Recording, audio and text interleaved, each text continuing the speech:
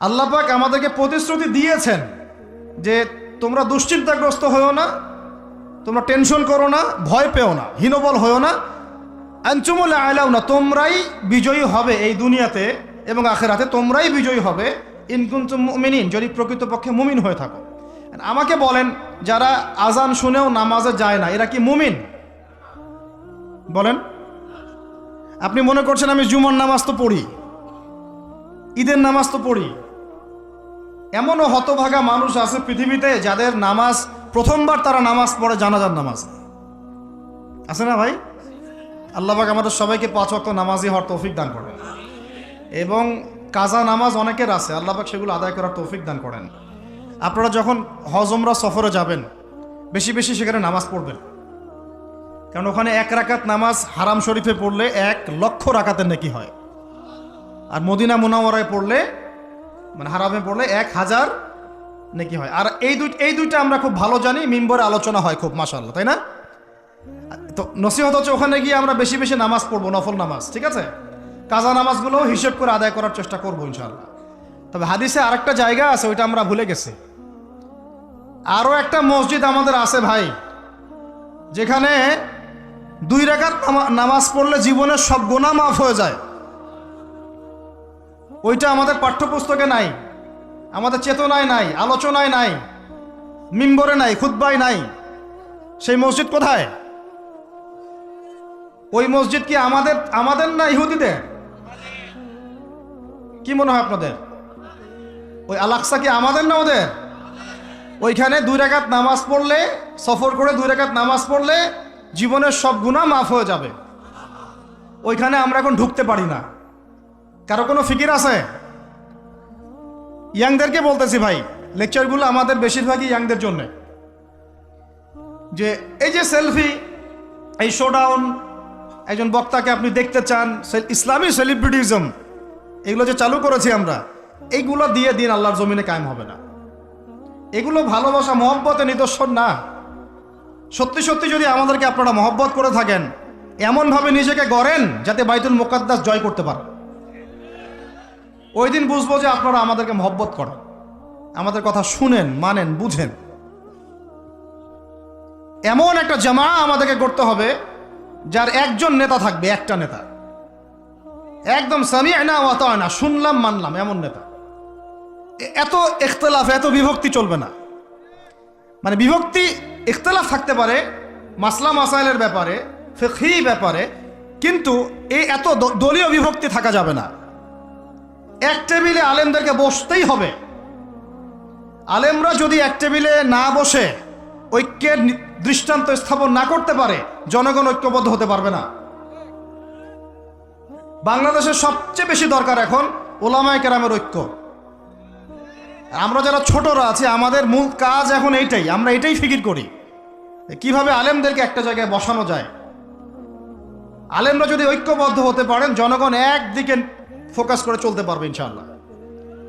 এবং তাদের মধ্যে যদি একজন আমির নিযুক্ত করা হয় এবং তার কথা যদি আমরা সূরাভিত্তিক মেনে চলি, ইনশাআল্লাহ বাংলাদেশ কেন, পুরা বিশ্বে দিন কায়েম করা সম্ভব। আমরা এই দিক থেকে আমরা মোটামুটি 20-30 বছর পিছায় আছি এখনো। বুঝতে পারছেন না আমার কথা? এই দিক থেকে দেখেন, আল্লাহ নবী সাল্লাল্লাহু আলাইহি ওয়াসাল্লাম মক্কাতেও সাহাবীদের মধ্যে কখনো বিভক্তি হতে দেন নাই। একজন নেতা, তার আন্ডারে সব সাহাবীরা বায়াত করে আছেন হাতে হাত রেখে, ব্যাস যা বলবেন তাই। ডানে যাইতে বললে ডাইনে, বামে যাইতে বললে বামে। মার খাচ্ছেন, যদি নবীজি বলেন হিজরত করে চলে যাও, হিজরত করে চলে গেল আবিসিনিয়ায়, তাই না? আর যদি নবীজি বলেন সবর করো, সাবরান আলা ইয়াসির ফাইন্নামা ওয়াইদাকুমুল জান্নাহ, সবর করো, তোমাদের জন্য জান্নাত, সবর করতেছেন, মার খাচ্ছেন, তাও কোনো কথা বলতেছেন না। এইরকম সামি'না ওয়া আতা'নার জেনারেশন না থাকলে দিন কায়েম হয় না, যেটা আমাদের বিগত 50 বছর আমরা করতে পারি নাই। এটাই সত্য কথা। এটা করার জন্য সবার আগে আমাদের মনের হিংসা দূর করতে হবে। কি দূর করতে হবে? মনের হিংসা দূর করতে হবে, মনের অহংকার দূর করতে হবে, নিজেকে ছোট মনে করা শিখতে হবে। আমি ছোট মানুষ, বড়রা যে দায়িত্ব দিবেন সেটা পালন করব। আলেম ওলামার সহবতে থাকবো, তাদের পরামর্শ চলবো, আমাকে যেভাবে গাইড করেন সেভাবে চলবো। যখন যে দায়িত্ব আসবে সেটা পালন করব, চিন্তা এরকম না থাকলে আপনি চলতে পারবেন না, বিদ্রোহী হয়ে যাবেন তখন। বেয়াদবি, এই যে প্রথম একটা কথা বলছি, বেয়াদবি। আমরা অনেকেই বড় বড় বরেণ্য আলেমদের সাথে বেয়াদবি করছি, তাদের মান ইজ্জত হানি করছি। অনলাইনে লাইভে চলে আসলাম, একটা কথা বলে দিলাম, একটা পোস্ট দিয়ে দিলাম, ভাবছি আমি ইসলামের বড় উপকার করে ফেললাম। আদতে আমি বিশৃঙ্খল একটা অবস্থা ছিল, আরো বিশৃঙ্খলতা বাড়ালাম। আমি কাছাকাছি তো আনতেই পারলাম না। কিছু মানুষের কাজ দেখলে মনে হচ্ছে যে তাদের একটাই কাজ। কি একটাই কাজ? অনলাইনে একটা একটা করে আলেম, একটা একটা করে বক্তা, একটা একটা করে দায়ীর নাম ধরে ধরে সমালোচনা করা। এটা করে আপনি দিনের কি উপকারটা করতেছেন?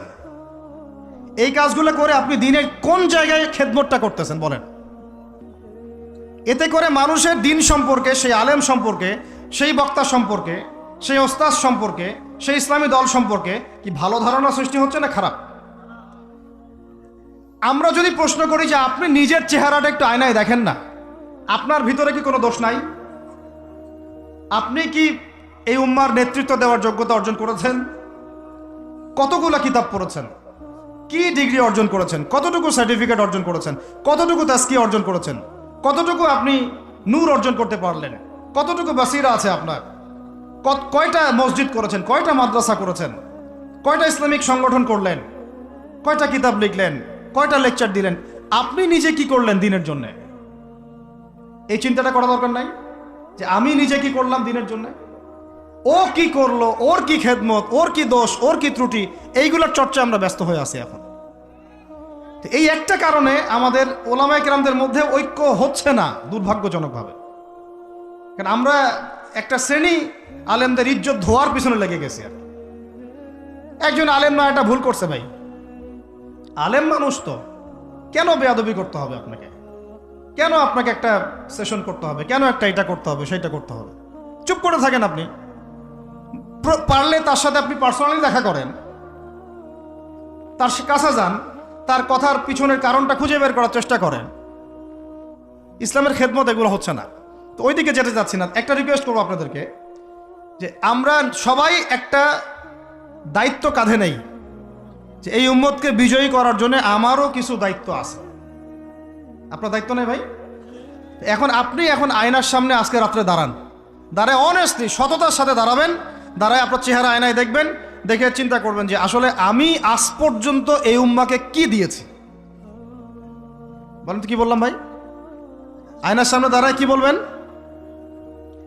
আমি আদনান, আমি আব্দুর রহমান, আমি আব্দুর রহিম, আমি অমুক, আমি তমুক, আমি ইসলামকে, উম্মাকে, আল্লাহকে, রাসূলকে কি দিয়েছি এই পর্যন্ত। যদি আপনার মনের মধ্যে সততা থাকে, জবাব ওই আয়নার তসবির আপনাকে দিয়ে দিবে। একটা উর্দু শের আছে যে চেহারে তো আকসর ধোকা দেতি হ্যায়, সচ তো আইনা বলতি হ্যায়। মানে চেহারা তো বেশিরভাগ সময় ধোকা দেয় মানুষকে, সত্য কথা বলে আয়নার প্রতিবিম্ব। তো আল্লাহর ওয়াস্তে নিজের আত্মসমালোচনা করি, আমরা উম্মাকে কি দিলাম এটার ফিকির করি। এখন যদি উত্তর আসে যে আমি অনেক দিয়েছি উম্মাকে, আমি একদম কামেল হয়ে গেছি, তাহলে বুঝবেন আপনার মধ্যে ইবলিসের চরিত্র আসছে। ইবলিসই বলতে পারে যে আমি সবার চেয়ে শ্রেষ্ঠ। ওই যে বলে নাই, আনা খায়রুম মিনহু, আমি আদমের চেয়ে শ্রেষ্ঠ। খলাকতানি মিন নার, আমাকে আগুন দিয়ে সৃষ্টি করেছেন। খলাকতাহু মিন তিন, তাকে মাটি দিয়ে সৃষ্টি করেছেন। এই কেবার যদি চলে আসে বুঝবেন আপনি ধ্বংস হয়ে গেছেন। ফেরাউন বলেছিল আনা রব্বুকুমুল আ'লা, আমি তোমাদের মহান রব। নাউযুবিল্লাহ। আর একজন আল্লাহর বান্দা খালি বলবে আল্লাহুম্মা ইজআলনি ফি আইনি সগীরা ওয়াজআলনি ফি আ'য়ুনিন নাসি কাবীরা। আল্লাহ তুমি আমাকে নিজের চোখে ছোট বানায় দাও আর অন্য মানুষের চোখে আমাকে বড় বানায় দাও, আমিন। তো আত্মসমালোচনা করতে হবে কিনা ভাই?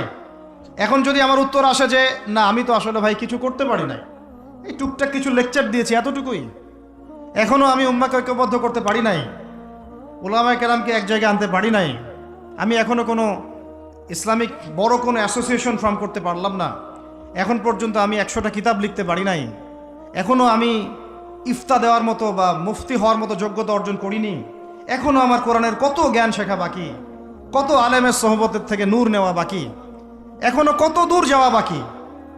এই চিন্তাগুলো যদি মনের মধ্যে আসে, তখন দেখবেন রাতে আপনার ঘুম হারাম হয়ে গেছে। তখন আপনার প্রচেষ্টা চলবে ইনশাল্লাহ কিভাবে এগুলো আপনি অর্জন করতে পারবেন। ওই গুটি কয়েক মানুষকে দিয়ে দিন কায়েম হবে ইনশাল্লাহ।